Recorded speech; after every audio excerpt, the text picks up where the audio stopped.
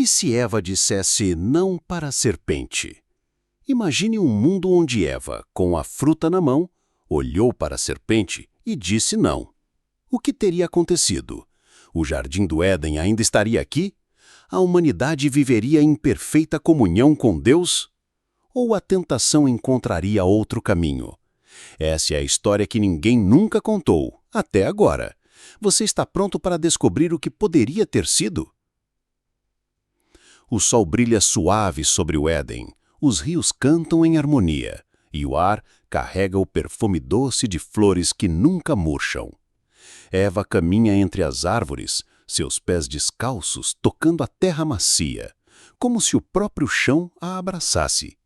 Ao seu lado, Adão colhe frutos reluzentes, rindo enquanto conta histórias que ecoam como poesia.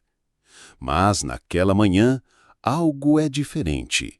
Há um sussurro no vento, um som que não pertence ao Éden. Eva para.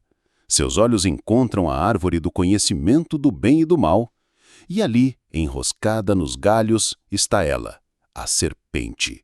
Por que não comer? Sussurra a criatura, sua voz como um fio de seda que envolve o coração. Você será como Deus. Eva segura a fruta, sente seu peso, sua textura perfeita. Seus olhos brilham com a promessa de algo maior, algo além do que ela já conhece. Mas então ela hesita. Algo dentro dela, uma voz mais antiga que o próprio Éden, sussurra: confie. Eva olha para o céu, onde a presença de Deus parece pulsar como uma luz invisível. E, com um gesto lento, ela coloca a fruta de volta no galho. A serpente desaparece como se nunca tivesse existido. Mas o Éden não é mais o mesmo. Naquela noite, Adão e Eva sentem algo novo, um vazio, uma pergunta que não explica. Por que a tentação veio? Por que Deus permitiu que a serpente falasse? Dias se passam e o casal percebe que o jardim está mudando. As flores parecem menos vibrantes, os rios correm mais lentos. É como se o Éden estivesse prendendo a respiração, esperando por algo. Então, numa tarde dourada, Deus aparece. Não com trovões ou glória, mas com uma tristeza que corta como faca. Vocês escolheram obedecer, ele diz, a voz carregada de amor e peso. Mas a tentação não terminou. Ela nunca termina. Ele revela algo que nunca havia sido dito. A árvore não era apenas um teste de obediência, mas um portal. Um portal para um mundo onde a humanidade teria que enfrentar o mal, não como uma escolha única, mas como uma batalha diária. Ao recusar a fruta, Eva adiou a queda, mas não a evitou. Anos passam no Éden, e Adão e Eva têm filhos. Seus filhos crescem em um jardim que agora parece frágil, como se pudesse desmoronar a qualquer momento. E então a tentação retorna, não na forma de uma serpente, mas nos corações dos próprios filhos. Caim, o primogênito, começa a questionar: por que vivemos confinados a este jardim? Por que Deus nos mantém aqui como prisioneiros? Caim encontra a árvore e, diferente de Eva, ele não hesita. Ele come a fruta. O Éden treme. A luz do sol se apaga e uma escuridão fria cobre o jardim. Deus aparece novamente, mas agora sua voz é como um lamento. Vocês foram feitos para escolher, e agora escolheram. Adão e Eva, agora envelhecidos, caem de joelhos, implorando perdão. Mas o destino já está selado. O Éden se desfaz como areia ao vento e a humanidade é lançada a um mundo de espinhos, dor e luta. Mas, ao contrário da história que conhecemos, há algo diferente. Eva carrega consigo uma promessa, sussurrada por Deus antes de partirem. A semente da redenção já foi plantada. Enquanto os restos do Éden desaparecem, a família se encontra em um mundo novo, hostil e indomado. O céu está pesado com nuvens e o solo é áspero, implacável. Eva, agora marcada pelos anos, agarra-se à promessa, seu coração pesado com esperança e culpa. Ela ensina seus filhos, Abel, Sete e outros, sobre o Deus que caminhava com eles no jardim, sobre a escolha que ela fez e a escolha que Caim fez. Mas o mundo fora do Éden é implacável. As crianças crescem e, com elas, os sussurros de dúvida se espalham como fogo. Abel, gentil e fiel, oferece sacrifícios a Deus, seu coração puro, mas o ressentimento de Caim cresce. Ele olha para as ofertas de seu irmão, aceitas com favor, e sente uma escuridão se enroscar dentro dele. Por que Deus favorece Abel? Por que o trabalho de Caim passa despercebido? A tentação que Eva resistiu agora vive em seu filho e cresce a cada dia. A família constrói um pequeno povoado, um conjunto de abrigos feitos de pedra e madeira, mas a harmonia do Éden se foi. A raiva de Caim torna-se uma sombra sobre a família. Numa noite, enquanto o sol se põe em um clarão vermelho, ele atrai Abel para um campo.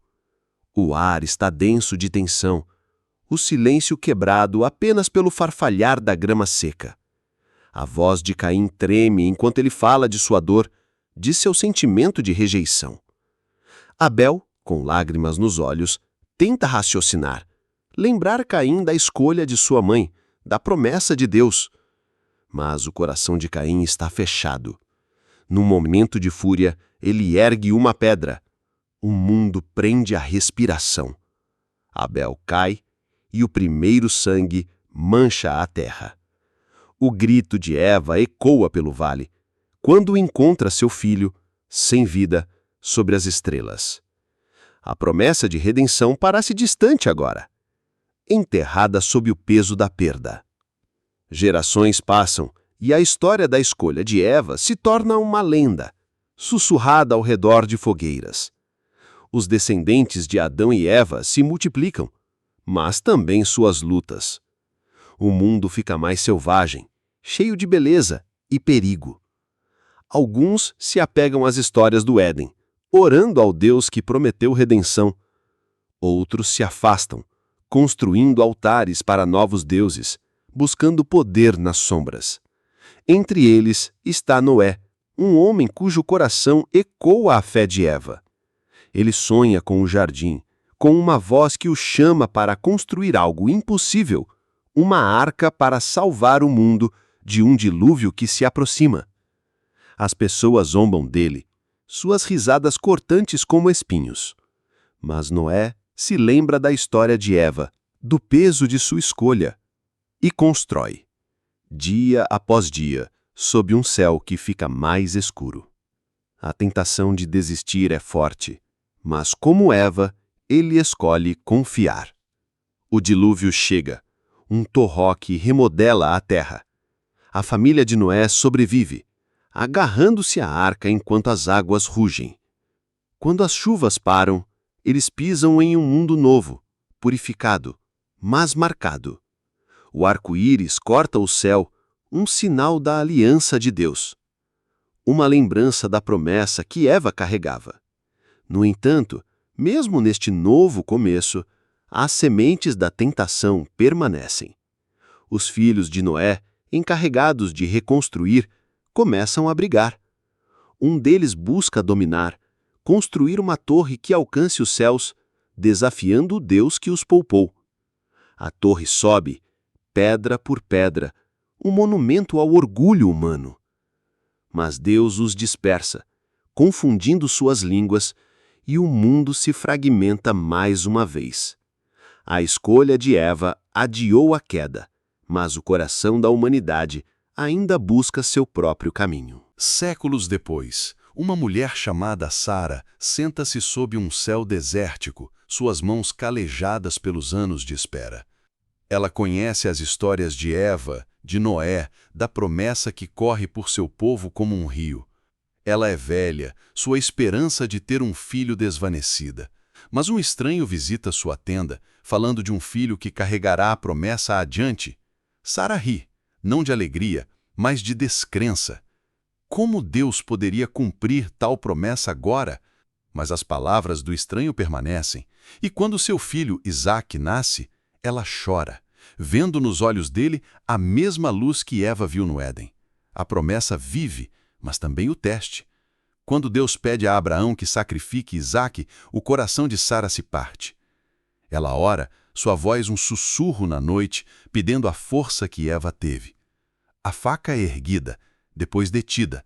A promessa perdura, carregada por um menino poupado pela graça. No livro de Gênesis, capítulo 3, versículo 15, Deus diz à serpente: "Porei inimizade entre ti e a mulher, entre a tua descendência e o seu descendente, este te ferirá a cabeça e tu lhe ferirás o calcanhar." Mesmo que Eva tivesse dito não à fruta, a batalha entre o bem e o mal estava apenas começando. A escolha de Eva poderia ter mudado o Éden, mas não o coração humano. E você, o que teria feito? E se Eva não tivesse comido a fruta? Talvez o Éden tivesse durado mais um dia, mais um ano, mais uma geração. Mas o peso da escolha, do livre-arbítrio, sempre encontraria um caminho. Essa história nos ensina que a tentação não é apenas uma fruta, mas um espelho do que carregamos dentro de nós. O desejo de ser mais, de saber mais, de desafiar o que nos foi dado. Eva poderia ter dito não, mas alguém, em algum momento, diria sim. E é por isso que a redenção, a promessa de Deus, é tão poderosa, porque mesmo na queda, Ele já havia preparado um caminho de volta. E você, já enfrentou uma tentação que parecia pequena, mas mudou tudo? Já olhou para trás e pensou, e se eu tivesse dito não? Essa história não é só sobre Eva, é sobre todos nós. Se ela te tocou, é porque precisava chegar até você. Inscreva-se no canal, mas só se você tiver coragem de continuar explorando essas verdades que mudam tudo. Deixe um like e comente abaixo o que você faria no lugar de Eva.